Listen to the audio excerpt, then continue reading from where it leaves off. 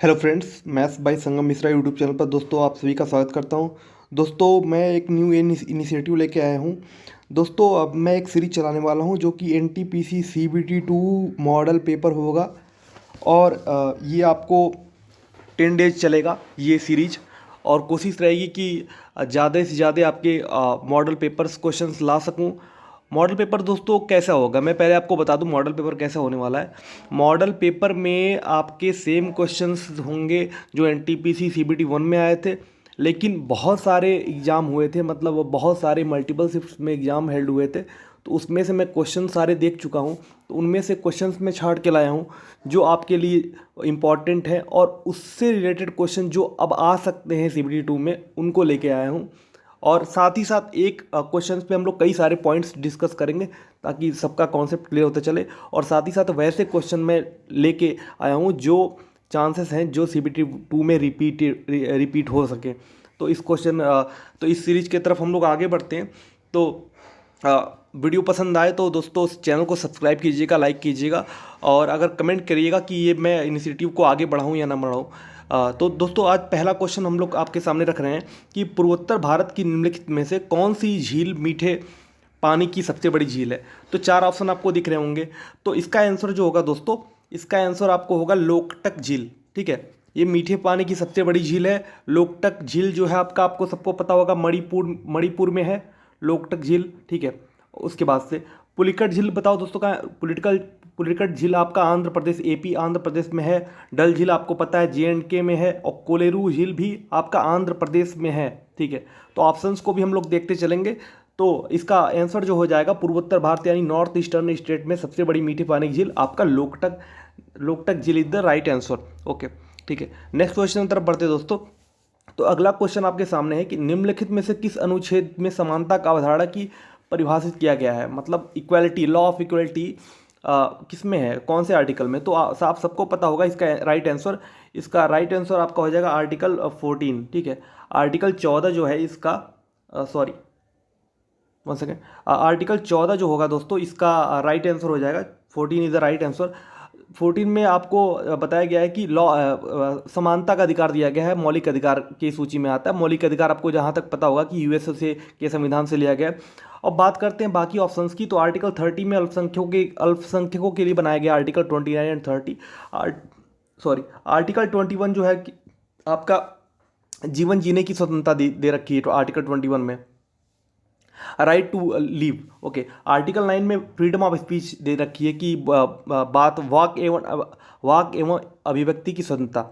ठीक है, freedom of expression, ये सब ये चार आपने आर्टिकल देख ली। ठीक है, तो ये चारों आर्टिकल आपके क्लियर होने चाहिए कि क्या है। तो कहीं ना कहीं आर्टिकल से भी क्वेश्चन आपको क्लियर रखने हैं कि कौन सा आर्टिकल क्या बताता है और कहाँ कहाँ से कौन से संविधान के प्रारूप लिए गए हैं। ठीक है, अब आगे बढ़ते हैं नेक्स्ट क्वेश्चन की तरफ। तो आपका नेक्स्ट क्वेश्चन आपके सामने रखता हूँ मैं, भारत और पाकिस्तान के बीच की सीमा क्या कहलाती है, यानी कि इंपॉर्टेंट क्या है। इंपॉर्टेंट ये क्वेश्चन नहीं, इंपॉर्टेंट ये क्वेश्चन है कि दो कंट्रीज के बीच जो सीमा रेखा स्थापित की गई हैं उनको क्या नाम दिया गया है। और ये इंपॉर्टेंट है, ये हर बार पूछ रहा है। तो एनटीपीसी सीबी 2 में भी चांसेस है कि पूछ सके। तो आपको सबको पता होगा ये क्वेश्चन बहुत ईजी है। इस क्वेश्चन में भारत और पाकिस्तान के बीच जो रेखा है वो आपकी, इसका आंसर हो जाएगा रेडक्लिफ रेखा। रेडक्लिफ रेखा 15 अगस्त 1947 को सर रेडक्लिफ द्वारा स्थापित की गई थी। ठीक है, ये सब चीज़ें आपको क्लियर होनी चाहिए कि क्योंकि ये इंपॉर्टेंट है। डेट भी अगर आपको क्लियर हो जाए तो इसको मतलब अच्छी बात है, डेट अगर क्लियर करते चले तो। साथ ही साथ अब बाकी ऑप्शन को देखते चले दोस्तों। तो बाकी ऑप्शन में क्या है कि डूरंड रेखा है, ये पहले इंडिया और बांग्लादेश, पहले इंडिया और अफगानिस्तान के बीच में था। अब ये जो रेखा है पाकिस्तान एंड अफगानिस्तान के बीच में है। ठीक है, पाकिस्तान एंड अफगानिस्तान। ठीक है, और आप बात करते हैं मेनरहीम लाइन जो है ये रसिया एंड फिनलैंड, ये जो रेखा है रसिया एंड फिनलैंड, जो फिनलैंड है रसिया एंड फिनलैंड के बीच में है। ठीक है, और जो फोर्थ ऑप्शन जो दे रखा है हिंडनबर्ग लाइन, ये लाइन जो है ये लाइन है जर्मनी एंड पोलैंड, ये जो लाइन है जर्मनी और पोलैंड कंट्रीज के बीच में है। तो ये हम चारों ऑप्शंस को भी क्लियर करते चलेंगे। तो जैसा कि आपको पता होगा कि ऐसे क्वेश्चन आगे एक्सपेक्टेड हैं, आ सकते हैं। तो इस तरह से आप इसको नोट डाउन भी करते चलिएगा, ठीक है। नेक्स्ट क्वेश्चन आप आगे बढ़ते हैं कि विरासती कस्बे ओरछा को यूनेस्को की विश्व धरोहर स्थलों की अस्थायी सूची में शामिल किया गया है। तो ये पूछ रहा है ओरछा किस शहर में। तो ओरछा दोस्तों एक यूनेस्को की साइट है, वो है मध्य प्रदेश के अंदर, ठीक है। ये ओरछा जो साइट है ये आपका मध्य प्रदेश सिटी के अंदर है। और बात रही क्वेश्चन में, देखते चलो यूनेस्को की। तो यूनेस्को की आपको पता होगा कि यूनेस्को का जो हेडक्वार्टर है वो पेरिस में है, ये आपको पता होना चाहिए। यूनेस्को का हेडक्वार्टर पेरिस में। साथ ही साथ वर्ल्ड हेरिटेज साइट कितनी है यूनेस्को के तहत, तो इस टाइम इंडिया के अंदर वर्ल्ड हेरिटेज साइट 40 हैं, टोटल 40 वर्ल्ड हेरिटेज साइट हैं यूनेस्को की। और 38 थी तो 2 और बढ़ गई हैं। 2 और कौन सी बढ़ी दोस्तों, तो एक 39th बढ़ी है और एक 40th बढ़ी है। 39th में क्या है, रामप्पा मंदिर, रामप्पा, ठीक है, रामप्पा। और 40th है धौलावीरा, धौलावीरा, धौलावीरा। जो रामप्पा है दोस्तों, ये रामप्पा जो है, सॉरी, हाँ, तो रामप्पा जो मंदिर है दोस्तों वो तेलंगाना में है। रामप्पा तेलंगाना में है, तेलंगाना में रामप्पा है। और साथ ही साथ जो हम बात कर रहे हैं धौलावीरा, और धौलावीरा जो 40वें नंबर का सबसे लेटेस्ट यूनेस्को साइट्स है इंडिया के अंदर, वो गुजरात में है। धौलावीरा आपने पढ़ा होगा हड़प्पा सभ्यता में, गुजरात। तो रामप्पा तेलंगाना और आपका, सॉरी, क्या बोलते हैं, धौलावीरा गुजरात। तो यूनेस्को के बारे में भी हम लोग ऐसे बात करते चलेंगे, ठीक है। इसको आप दोस्तों नोट डाउन भी करते चलिएगा, क्योंकि जो इंपॉर्टेंट क्वेश्चन मैं वही डिस्कस कर रहा हूँ। बहुत सारे सीट्स में से छाड़ के क्वेश्चंस लाया हूँ। तो उसके बाद से अब नेक्स्ट क्वेश्चन की तरफ बढ़ते हैं। ऑपरेशन विजय, ऑपरेशन विजय की बात करते हैं। जैसे भारत ने बहुत सारे कंट्रीज के में अटैक करके या फिर वहाँ से अपने नागरिकों को वापस लाने के लिए एक मुहिम जारी की है समय समय पर। उन मुहिम का एक नाम दिया जाता है, कोड नेम दिया जाता है। हर एक जो भी मुहिम होती है उसके कोड नेम दिए जाते हैं। तो ये क्वेश्चंस भी इंपॉर्टेंट है, या आगे चल के ये आ सकते हैं आपके एग्जाम में। तो ऑपरेशन विजय जो दोस्तों हैं, इसका आंसर आपको साफ साफ क्लियर पता चल रहा होगा कि इसका जो राइट आंसर होगा कारगिल होगा, कारगिल युद्ध। तो कारगिल युद्ध में दोस्तों आपको पता होगा, एक क्वेश्चन और पूछता है कि कारगिल युद्ध के दौरान who was the defence minister of India at the during the time of Kargil. तो कारगिल वार के तहत समय जो डिफेंस मिनिस्टर थे आपके, वो थे जॉर्ज फर्नांडिस। जॉर्ज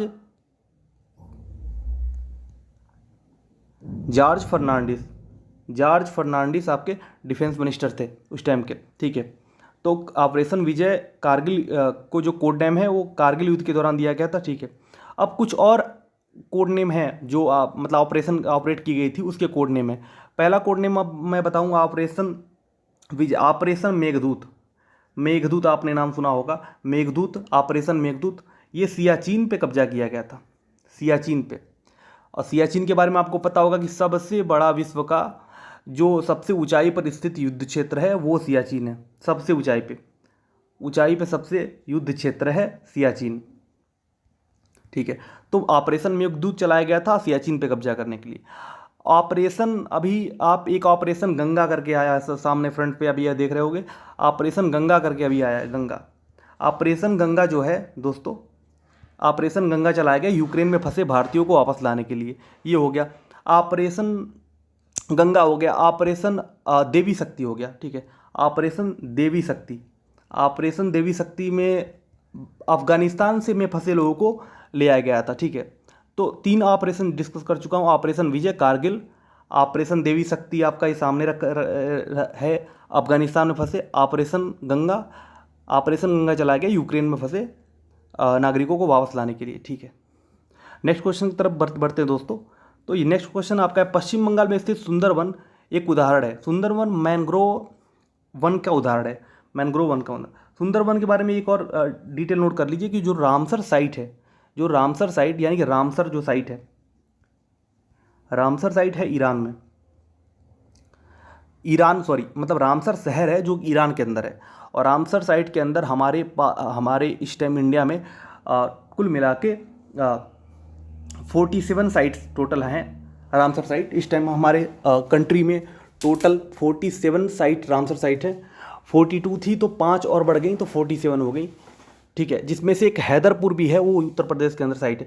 तो हम सुंदरवन के बारे में एक जानकारी कर ले कि सबसे ओल्डेस्ट सबसे लार्जेस्ट जो हमारे पास रामसर साइट है, रामसर साइट सबसे लार्जेस्ट जो है वो सुंदरवन है। सुंदरवन के बारे में, सुंदरवन वेस्ट बंगाल में है। ठीक है, तो ये पॉइंट क्लियर करते चलिए। ठीक है, नेक्स्ट क्वेश्चन की तरफ आगे बढ़ते हैं दोस्तों। तो अगला क्वेश्चन है मैथ का। तो मैथ का क्वेश्चन आपको दिख रहा होगा।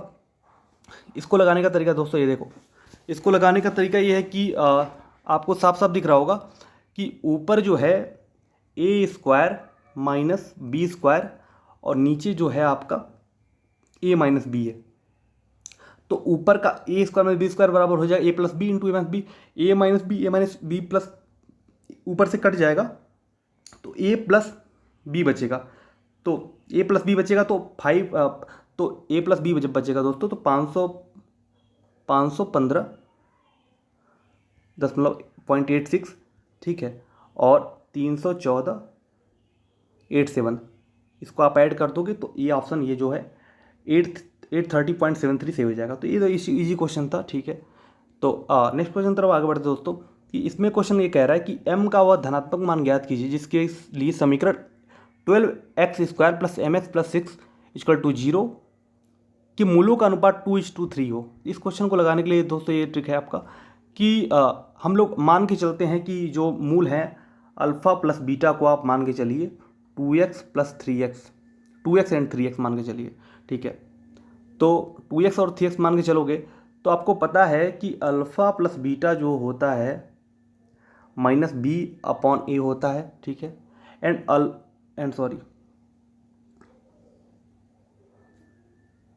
एंड अल्फ़ा इंटू बीटा जो होता है, अल्फ़ा इंटू बीटा होता है ये सी बाई ए होता है। ठीक है, तो इन दोनों के फार्मूले को यूज करके आप इस क्वेश्चन को लगाइएगा और इसका आंसर मेरे को कमेंट बॉक्स में कमेंट कीजिएगा। ठीक है, ओके, नेक्स्ट क्वेश्चन की तरफ बढ़ते हैं दोस्तों। अगला क्वेश्चन आपका है कि शिक्षा, स्वास्थ्य एवं ग्रामीण आत्मनिर्भरता के क्षेत्र में योगदान के लिए निम्न में से किस महान हस्ती को 2019 में सर्वोच्च नागरिक पुरस्कार भारत रत्न दिया गया। तो आपको पता होगा भारत रत्न 2019 में 3 जनों को दिया गया था। 3 रेस्पेक्टेड पीपल को भारत रत्न दिया गया था। पहले थे प्रणब मुखर्जी, दूसरे भूपेन हजारिका, तीसरे नानाजी देशमुख। ठीक है, प्रणब मुखर्जी पूर्व राष्ट्रपति रह चुके हैं। ठीक है, भूपेन हजारिका असम के गायक हैं, असम के महत्वपूर्ण गायक हैं, रिवॉल्यूशनरी सिंगर हैं। ठीक है, नानाजी देशमुख ये संघ से जुड़े हुए हैं। अमर्त्य सेन अर्थशास्त्री हैं, उनको अमृत सेन को 1998 में कल्याणकारी अर्थशास्त्र के क्षेत्र में इनको नोबेल पुरस्कार दिया गया था। और साथ ही साथ इनके एक और पॉइंट, तो इस क्वेश्चन का आंसर जो हो जाएगा इस क्वेश्चन का आंसर जो दोस्तों हो जाएगा नानाजी देशमुख हो जाएगा। ठीक है, नानाजी, इस क्वेश्चन का आंसर दोस्तों नानाजी देशमुख हो जाए। अमृत सेन के बारे में एक और नोट कर लीजिए, इनकी बुक है होम इन द वर्ल्ड, अभी आई है, आप लोग को पता भी होगा, ये नोट करते चलिएगा, होम इन द वर्ल्ड, ये बुक है आपकी अमृत सेन की। ठीक है, तो इस तरह से अगले क्वेश्चन की तरफ बढ़ते हैं। ये क्वेश्चन मैथ का क्वेश्चन है, मैं आपको बता दे रहा हूँ इस क्वेश्चन को कैसे लगाना आपको। आप पहले क्वेश्चन को पढ़ लीजिएगा अच्छे से कि 12 सेंटीमीटर का एक अर्धगोलाकार कटोरा है, इसमें एक तरल पदार्थ से भरा हुआ है और 3 सेंटीमीटर आधार के व्यास और 4 सेंटीमीटर हाइट की शंक्वाकार आकृति वाले छोटी बोतलों से भरा जाना है। कटोरे की पूर्णतया खाली करने के लिए ऐसी कितनी बोतलों की आवश्यकता होगी। ठीक है, तो इसको आप मैं फिगर फ्रेम ड्रॉ करता हूँ। ये एक मान के चलो ये अर्धगोलाकार कटोरा है जिसकी ये रेडियस है। ठीक है, सॉरी मतलब ये आधी रेडियस हो जाएगी। तो ठीक है, 12 सेंटीमीटर है ये, और इससे एक शंक्वाकार ये है शंक्वाकार। ठीक है, तो इसको कैसे लगाना दोस्तों, आपको दिख रहा होगा साफ साफ कि दोनों के हम लोग वॉल्यूम को बराबर करते चलेंगे। तो अर्धगोलाकार का आपको वॉल्यूम पता होगा 2/3 πr3, और शंकु का जो वॉल्यूम होता है 1/3 πr²h। अब पाई से पाई काट लो, 3 से 3 का काट लो, आर के जगह पे 12 रख देना, और यहाँ पे आर के जगह पे चूंकि वहाँ व्यास दिया है 3 सेंटीमीटर तो 3/2 रख देना। ठीक है, स्क्वायर कर देना, और एच के जगह पे आप 4 रख देना। इसको सॉल्व करोगे तो इसका आंसर आ जाएगा, मेरे हिसाब से 384 आंसर आना चाहिए, 384 बी ऑप्शन सही रहेगा। ठीक है, तो मैथ क्वेश्चन आप लगाते चलना, मैं और भी बताता चल रहा हूँ आपको। ठीक है, अब मलाला ने, नेक्स्ट क्वेश्चन है आपका, मलाला ने शरणार्थी लड़कियों पर कौन सी पुस्तक, आपको सबको पता होगा इस क्वेश्चन का आंसर, वी आर डिस्प्लेस्ड। ये बुक थी मलाला यूसुफजई की। मलाला यूसुफजई के पॉइंट एक और है कि सबसे युवा नोबेल पुरस्कार प्राप्तकर्ता महिला जो है वो मलाला यूसुफजई हैं, ठीक है। कैलाश सत्यार्थी भी जो इंडिया के थे, इनके साथ ही जॉइंटली नोबेल पुरस्कार प्राप्त किए। और कैलाश सत्यार्थी का योजना का नाम है बचपन बचाओ योजना, बचपन बचाओ योजना ये चलाते हैं कैलाश सत्यार्थी। तो पॉइंट उनके साथ साथ मैं क्वेश्चन के पॉइंट भी बताता चल रहा हूँ, जिनको आप नोट डाउन करते चलिए, ठीक है। अब नेक्स्ट क्वेश्चन आपको दिख रहा होगा दोस्तों, कि अगला क्वेश्चन आपको दिख रहा होगा, ऊपर साफ साफ को क्लियर हो रहा होगा कि a प्लस बी का स्क्वायर है और प्लस में है a माइनस बी का स्क्वायर, और नीचे है a square plus B square, ठीक है। ऊपर को जब टर्म को खोलोगे तो ऊपर से आपका ये 2ab कट जाएगा, 2ab कटते ही हो जाएगा आपका 2 times of a square plus B square, और नीचे a square plus B square है ही है, ठीक है। अब ऊपर से नीचे कट जाएगा और बचेगा क्या 2, तो 2 इसका राइट आंसर हो जाएगा, 2 इसका राइट आंसर हो जाएगा दोस्तों। नेक्स्ट क्वेश्चन चलते हैं, आपके आगे तरफ बढ़ते हैं। तो भारत और किस देश के बीच में फरवरी में 2021 में सहतूत बांध बनाने की समझौता हुई है दोस्तों, अफगानिस्तान और भारत में, ठीक है। और दो और डैम हैं भारत और अफगानिस्तान के बीच में, एक है सलमा डैम भारत और अफगानिस्तान के बीच में, और दूसरा डैम है दहला डैम भारत और अफगानिस्तान के बीच में। तो ये भी 2 पॉइंट मैं क्वेश्चन के साथ ही बताते चल रहा हूँ, जिनको आप नोट डाउन करते चलिए, ठीक है। अब इतने क्वेश्चंस मैं करा दिया हूँ दोस्तों। अभी एक और मैं सीरीज़ लेके आऊँ, मतलब इस सीरीज़ के अगले पार्ट को भी लेके आऊँगा कल। और आपको अगर अच्छा लगा हो मेरी मेहनत, तो इस वीडियो को प्लीज़ लाइक करिएगा और सब्सक्राइब कीजिएगा। और अगर आपको जो मैथ के क्वेश्चन जो आपको मैंने ओवरव्यू दिया अगर नहीं आ रहे हो तो मैं कमेंट कीजिएगा, मैं प्रॉपर एक पिक डाल दूंगा। जो 2-3 क्वेश्चन जो थे वो मेनली ज्योमेट्री के थे, तो मैं आपको पिक डाल के एग्जैक्ट सॉल्व करके बता दूंगा। तो thank you so much, thank you for watching my video, please subscribe.